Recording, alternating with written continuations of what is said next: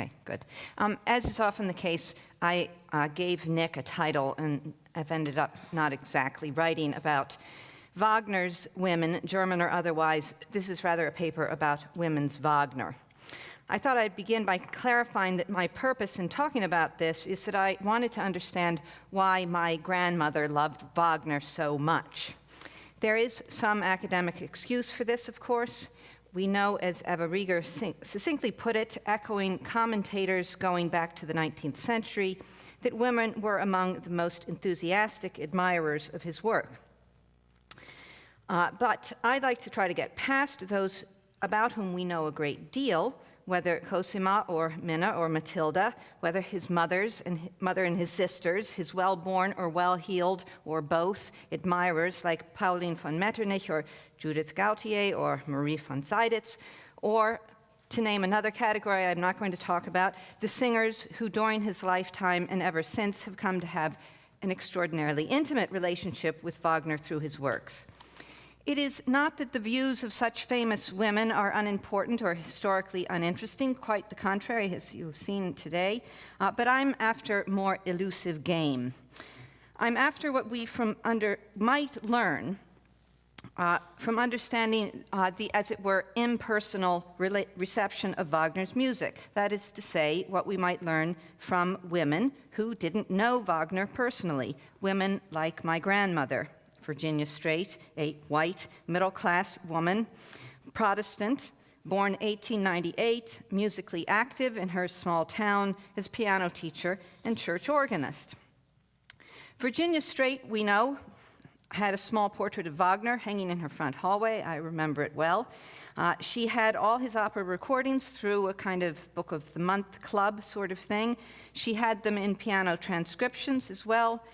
She, like Bernhard von Bülow's wife, managed to persuade her rather shy banker husband that he loved Wagner too, and she occasionally, as an enormous treat, was able to take the Pennsylvania Railroad from Huntington, PA, all the way to New York City and hear an opera. That said, for the purposes of this paper, and with no pretense of scientific sampling, I've gathered a group of women in the 30 or so years before and after 1900, who went to the opera occasionally, or heard opera recordings, or played opera transcriptions and admired the music of Wagner. In this paper, then, the larger category will include not just Virginia Straight, but Virginia Woolf as well. But enough preliminaries. What do we learn from studying such women? What I think this means is that we are less concerned with what Wagner meant by his creations than with what his women admirers thought of them. Writing about someone we know is a form of appropriation of them, of claiming authority over them, and the same can be said of some of the other activities like collecting, performing, teaching, and yes, even listening. In each of these, there is scope for negotiation and even opposition on the part of these audiences of listeners, readers, and interpreters. Each heard and understood Wagner from their own cultural background and personal experiences. Now, these are the truisms of reception theory that I've just trotted out, and in the case of Wagner especially, it seems to me we find ample evidence of what Umberto Eco called aberrant decoding, that is to say, interpretations, receptions by audiences that may be at odds with what the author intended. Indeed, Cosima is arguably the first aberrant decoder of Wagner. The interest is in not just how such decodings are aberrant, but why they are and what purposes are served by misinterpretation. And the crux of the matter is the problem of what Lawrence Dreyfus called the erotic impulse, this theme that has come up in many ways here. Dreyfus, and many others, it should be said, including Eva Rieger, the premier interpreter of Wagner's women, if not of women's Wagner, want us to acknowledge the centrality of sex for Wagner and his operas. Laurie McManus, in a recent splendid PhD dissertation on the rhetoric of sexuality in the age of Brahms and Wagner, defines this as sensuality, Sinnlichkeit, more than the obsessed with sex insistence of Dreyfus. But the central point is the same. Wagner in his writings, and above all in his music, delivered a powerfully sensual, erotic experience for his listeners. Philosophically, musically, Wagner is a dramatic, theatrical version, over and over, of the joy and the intensity and the irresistible force of the human sexual drive. As Dreyfus points out, it is Wagner's erotic scenes that even now and always have sparked the most intense audience reactions, not just musically depicting sensual pleasure and climax, but far more dangerously stimulating it. I'm not here to dispute this at all, but I am here to suggest that our means of capturing these intense audience reactions, of accounting for them and explaining them, needs a little more nuance. For Dreyfus, for instance, there are essentially three categories of people reacting to the eroticism, the Sinnlichkeit, the sexuality, sensuality of Wagner's music. There's the category of those who refer to it explicitly with admiration and awe, those who refer to it explicitly with condemnation and horror, and those who, in his terms, resorted to euphemism in treating the obvious and or ignored it altogether. It's these latter categories that bother me. The category of his outraged critics, because such a characterization flattens out the reasons why people objected to Wagner's influence. It relies on a shop-worn cliché of straight-laced Victorians. And the category of euphemizers I object to, because the term euphemism can encompass so much as to be meaningless, and more important, because there are reasons, interesting, historically significant reasons, why people resort to euphemism and talk around subjects. To use circumlocution is not only a matter of being a prude or a coward, as he seems to suggest. I'll talk first about a few women who may ultimately fall into the category of critics, but who were initially supporters. Starting with Louisa Büchner, 1821 to 77. An early leader of the German women's movement, an ardent advocate of equality for girls and women in the sphere of education, a pioneer in creating opportunities for young women to work, deserves another look when it comes to understanding her passionately critical article about Bayreuth, Weibliche Betrachtungen über den Ring des Nibelungen, 1877, right before her death. In it, concerns about the injuries attendant on inequalities of class and gender are so inextricably mixed into assertions about the coarseness and utter lack of decency in Wagner's Ring that the whole is not easily consigned to the dustbin of Victorian prudery. Indeed, overall, Büchner fits into a rather capacious category of women who once loved Wagner's music but declined to like all of it. As she put it in her Weibliche Betrachtungen, female observations, an article written at the time of the opening of the Bayreuth Festival and published posthumously, Auch ich bin in Arkadien geboren. Das heißt, auch ich habe einmal für Richard Wagner geschwärmt. So, Schwärmerei, one of those untranslatable German words. Büchner here displays her erudition, hard won by self-study in the classics. Women couldn't go to the universities or even proper gymnasium study. A man's education denied to her. So her slight garbling of her reference to the famous Latin tag, et in Arcadio ego, is to be explained partly by that, but we can see what she's doing there is transforming this phrase to what it meant for her to listen to Wagner, in the sort of Flaubertian sense of a sentimental education, which she receives thanks to Wagner. Wagner offered, as we shall see, especially among American women, lessons in intensity, emotional intensity. Like Louise Otto Peters, her fellow women's advocate and an even more ardent supporter of Wagner, Otto Peters is the subject of Laurie McManus's dissertation, Büchner also claims adherence to Wagner's radical legacy. She describes poring over Wagner's written works on the musical political reform. She admired the earlier operas, Fliegende Holländer, Werden Sie Tannhäuser, Lohengrin, and especially in the latter two, she found her German heart beating faster for the truly poetic material of the old histories and tales presented in new and surprising ways. She became disillusioned with his approach to the relations between the sexes with Tristan and Isolde, which only escaped her worst criticism because she thought its words nonsensical and its music incomprehensible. Her denunciations of the Ring cycle were much harsher, not least because she objected to the hype surrounding it, a hype she thought concealed the social and moral transgressions at its heart. Wagner deserved her criticism, she seemed to suggest, because he had asked for it, demanding so much of the public's attention that it could not be ignored. But this was, in her words, no music of the future. Indeed, it undermined everything she was trying to achieve for young women of the future in terms of education and opportunity. Interesting perspective. Others, too, objected to the hype. George Eliot, that stern and serious admirer of things German and by no means a prude, traveled to Germany in 1855, spent a great deal of time in Weimar, where she and George Lewis visited Liszt, heard Lohengrin, Fliegende Holländer, Tannhäuser, never so enamored of Wagner as to be deeply disappointed in him, as was Büchner. George Eliot described in a letter to a friend the declamation of Lohengrin to be monotonous, the situations trivial or disagreeable, dwelt upon fatiguingly. She thought Der Fliegende Holländer and Tannhäuser had good bits, but in some she concluded that his work fails in one grand requisite of art, and that is contrast. One more example of women who ranged from ambivalent to hostile, pretty much my crown case here, is Richarda Huch, a writer who became the grande dame of German literature by the 1920s. Thomas Mann famously pronounced her the first woman of Germany, and probably of Europe also, first female member of the Prussian Academy of Arts, etc. In the 1890s, though, Huch was in her 20s and living in Zurich, to which she had fled to escape the fallout from an affair she had been conducting with her brother-in-law, but more importantly, to escape from the dull routines and restrictions of life as the daughter of a good family, a höhere Tochter.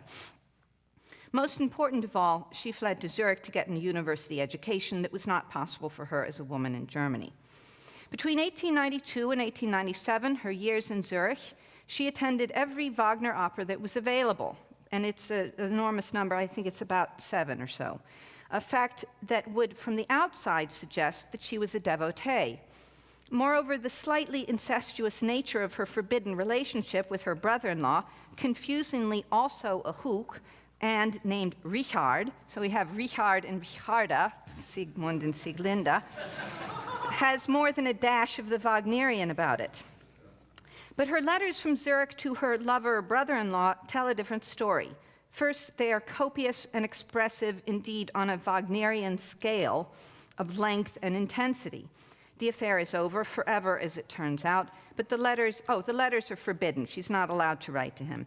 But the letters nevertheless perform in a highly dramatic language the experience of longing, forced renunciation, and love, endless love. It's no coincidence that the first reference to Wagner in the letters, very early on, finds her looking forward intensely to a performance of Tristan and Isolde, which in the end she is unable to attend. A few weeks later, though, she attends Meistersinger.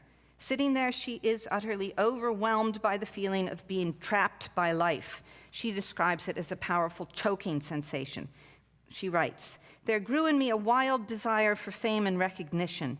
In that I have my only hope for salvation. When I hear music, as I did yesterday in the theater, I am instantly in tears, and everything is so bleak and empty within me. Here I sit among simple, upstanding, decent people and relationships and trot along with them so obediently, but within me there is a kind of wildness, a wild horse of the steppes who longs to run free in the endless open spaces. I cannot get used to this life of servitude, this Knechtsleben." In her very next letter, she announces that she has just heard Bach's St. Matthew Passion, die schönste Musik, die ich noch gehört habe. Nothing has made such an impact on me. She explains to Richard her Aufbäumungsparoxysmus, her sort of panic attack, I guess, has passed, she assures him. May we give Wagner credit for stirring her deeply and Bach for calming her down? There's something to that, but such a characterization is way too glib because she's deeply moved by the Bach. The experience of Wagner, which she came back to repeatedly, came more and more to disappoint her. One senses that she expected more eruptions of feeling, such as she had experienced in the theater at Meistersinger, perhaps primed for it by what she had heard and read about Tristan and Isolde. But of Die Walküre, she writes, "A great pleasure to be sure, but not a musical one. It is thinking music. It is Gedankenmusik," she says. which none of us have said so far about this. The whole motivic thing she found ärmlich, almost childish, the way it was pieced together like a mosaic, like painting by numbers is sort of what she's saying. Her artistic heroes, she wrote, were Brahms, Keller, and Böcklin. And of course, Bach, always Bach. It was the St. Matthew Passion she went back to time and again. But she also goes to Wagner. She goes to Rheingold, she calls it schrecklich. She goes to Götterdämmerung, she finds it deeply annoying. And Wagner as a whole, she describes simply as schwindelhaft. What captures our interest here are two things. The deliberate, self-conscious, and purposeful engagement with music as emotional experience, as Erlebnis, as Einfühlung, and this very marked trajectory of disappointment, which is present in those other women also. As to the first, there's hardly anything new about that as such, only that every generation redescribes and re-experiences its relationship to music in this way.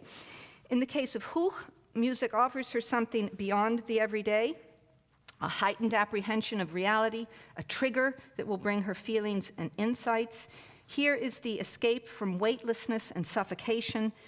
Here is a promise of intense experience, which disappoints her in the Wagnerian opera itself, but draws her on nevertheless.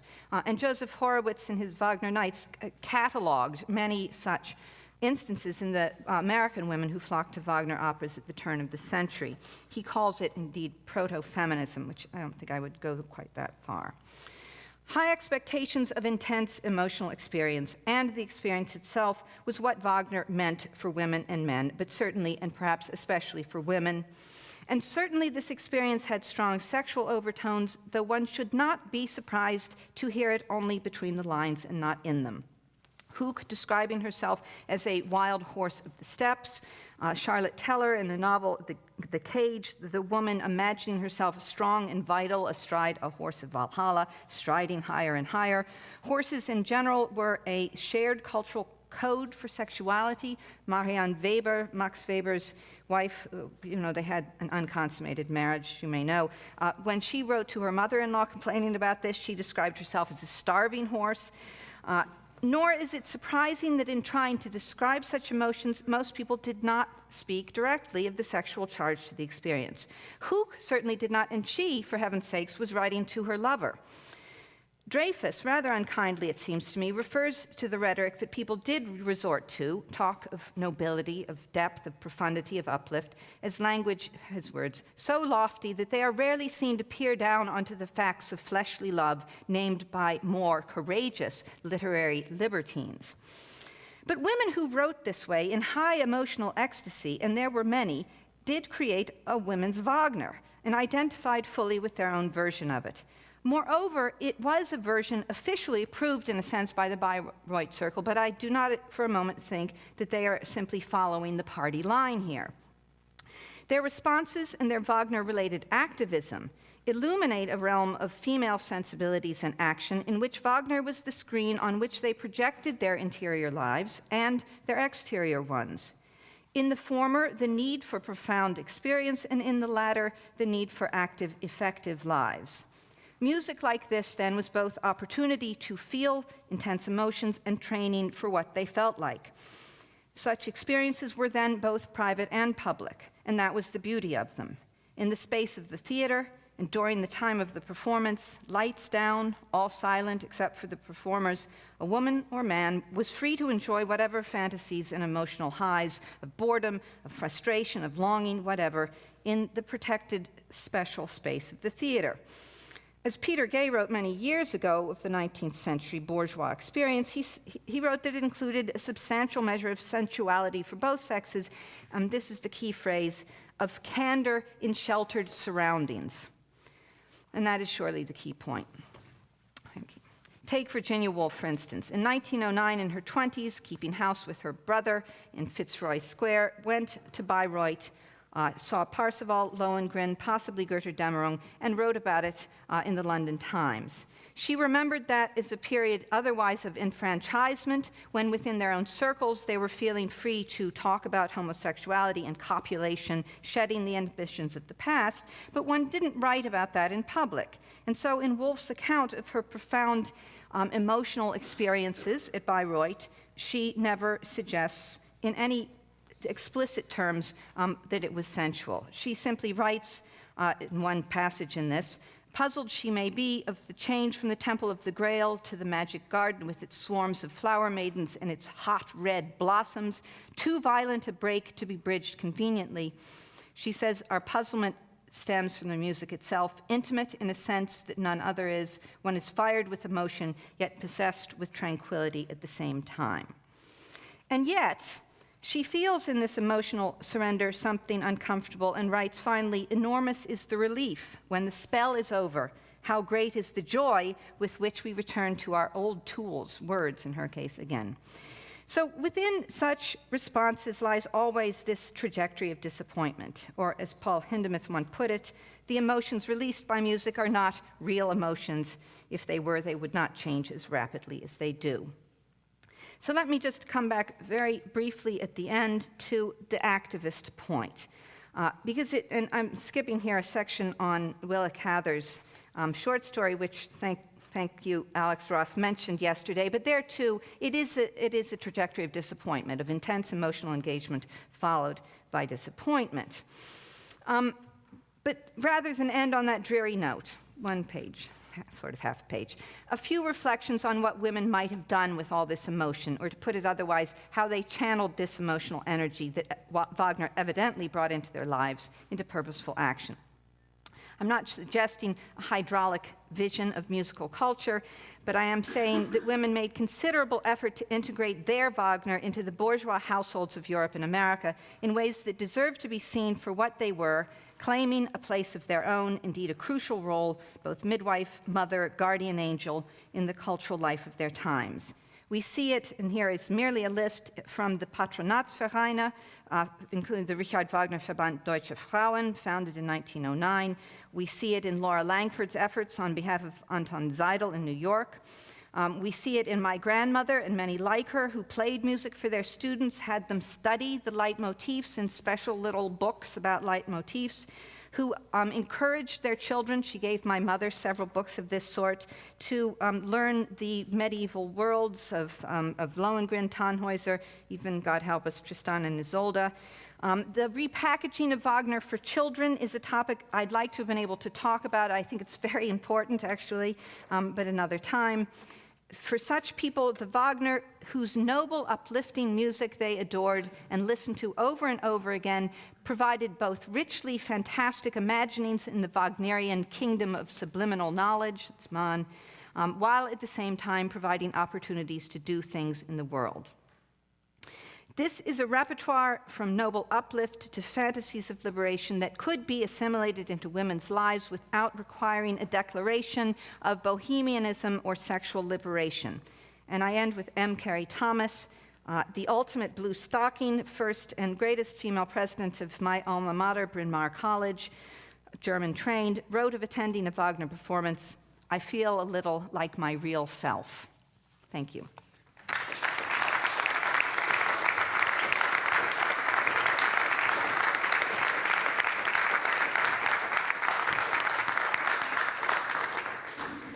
Thank you so much, Celia. We do have time for questions, so. Thanks so much, Celia. That was fantastic. And I'm just wondering if you would like to maybe draw out some of the seeming sympathies between what you're doing and what Alex Ross was talking about last night, just in the sense of, kind of recovering these forgotten reception histories of Wagner. And I'm just curious whether your interest is more strictly historical, or does it also have this kind of implication of, providing some sort of heuristic value to Wagner studies today?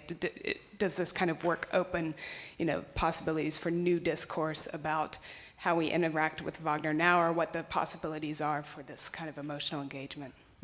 It's a good question. I was thinking that last night during Alex Ross's talk, that this is, to put it just too schematically, this is trying to do for women what he's doing for African Americans, some of whom are women.